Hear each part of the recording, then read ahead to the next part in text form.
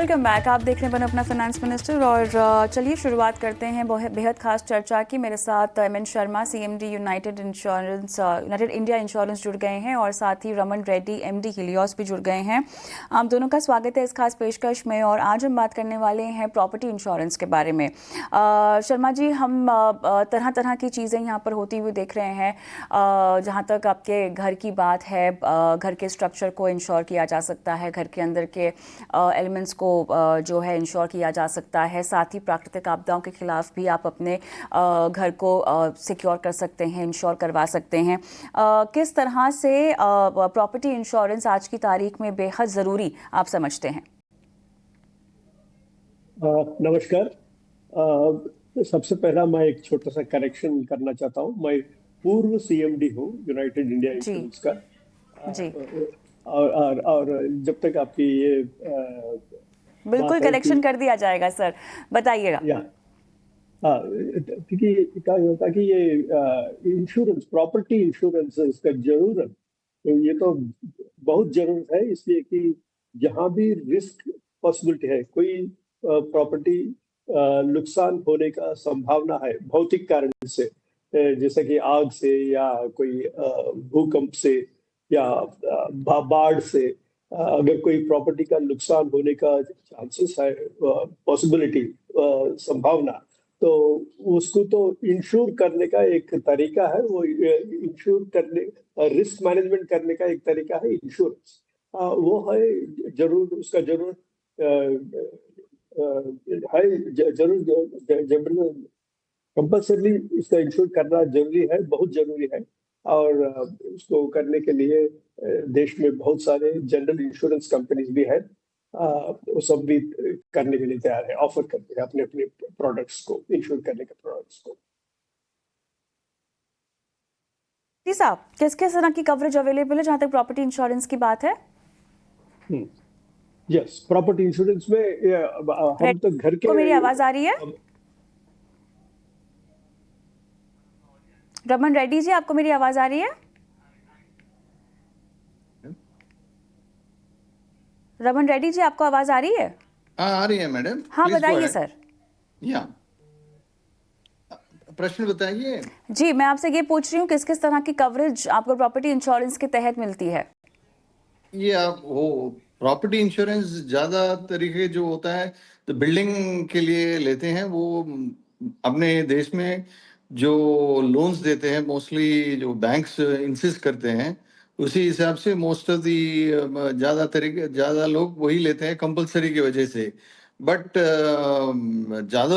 बहुत सारे लोग इसका इंश्योरेंस का अवेयरनेस नहीं मालूम होता है, वो नहीं लेते हैं। मगर बिल्डिंग का ये है, उसके साथ में ज्वेलरी ले सकते हैं और कंटेंट्स, फर्नीचर ले सकते हैं, और electronic devices, TV, refrigerators, you can have generators, हर चीज, हर तरीके जो भी आइटम्स हैं घर में वो पूरा ले सकते हैं। वो अलग अलग अलग सेक्शंस में होते हैं, वो सेलेक्ट कर ले सकते हैं। बट बेसिक जो है फायर इंश्योरेंस जो है बिल्डिंग के लिए बहुत दैट्स अ बेसिक रिक्वायरमेंट होता है। शर्मा जी, क्या क्या प्रीमियम आपको पे करना पड़ता होगा फिर इस तरह के इंश्योरेंस के लिए? क्या आपकी जेब पे भारी पड़ता है ये? नहीं, बहुत तो भारी ज्यादा नहीं रहता है। ये तो डिपेंड्स ऑन दी प्रॉपर्टी का वैल्यू के हिसाब से, और प्रॉपर्टी कहाँ है और उसका ऑक्यूपेशन, वो किस तरह के प्रॉपर्टी है, उसमें किस काम चलता है, उसके हिसाब से रेट डिसाइड होता है। प्रॉपर्टी का वैल्यू और प्रॉपर्टी, वो प्रॉपर्टी में होने वाला काम, अगर कोई फैक्ट्री हो तो what is the process carried out, वो प्रोसेस के ऊपर डिपेंड करता है कि रिस्क क्या कितना है, और वो रिस्क के हिसाब से प्रीमियम होता है। जैसे कि घर है, रेजिडेंशियल प्रीमिसेस का सबसे चीपेस्ट रेट है, होता है आजकल तो even 60 rupees per 1 lakh sum assured भी होता है, और उससे कम में भी दे रहे कंपटीशन में लोग। तो प्रॉपर्टी इंश्योरेंसेस, पर्टिकुलरली खासकर ये घर का इंश्योरेंस लेना बहुत जरूरी है, और लेना बहुत अच्छा है, ताकि नुकसान किसका कब कैसा हो सकता है बोल नहीं सकते। और कभी कुछ नुकसान भी हो गया या आग से या बाढ़ से या भूकंप से या और कोई दूसरे 5-6 नेम्ड पेरेंट्स हैं, तो उनमें किसी के कारण अगर किसी का प्रॉपर्टी का नुकसान हुआ और नॉट ओनली घर का घर और घर के अंदर के सामान भी कुछ नुकसान होने ऐसे इंश्योर्ड पेरेंट्स से नुकसान होने से उसका पूरा वैल्यू आपको पॉलिसी होल्डर को मिल जाएगा।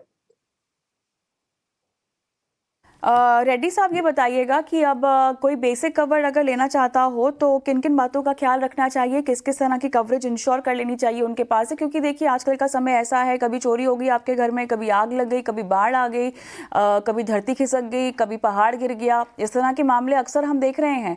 तो रेड्डी साहब बताइएगा कैसे इंश्योर करना चाहिए इन सब चीज़ों के खिलाफ अपने घर को।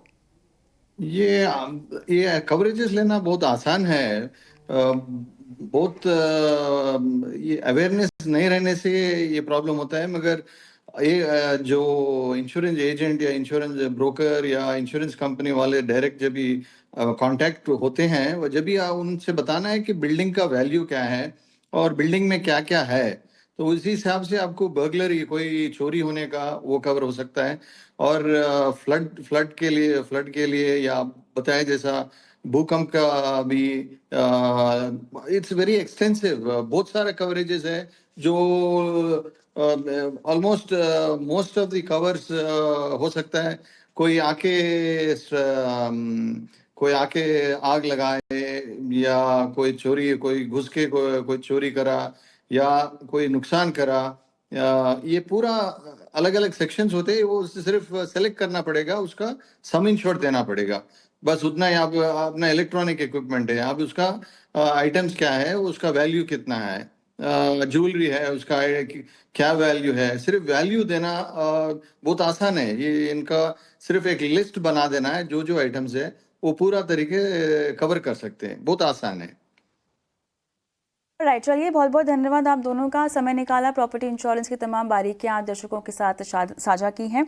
इसी के साथ मुझे भी इस खास पेशकश में आज इजाज़त दें, लेकिन जाते जाते आपको छोड़ जा रही हूँ हमारे व्हाट्सएप नंबर के साथ, और यूट्यूब पर देख रहे हैं तो कमेंट बॉक्स पर अपने सवाल डाल दीजिए। नमस्कार।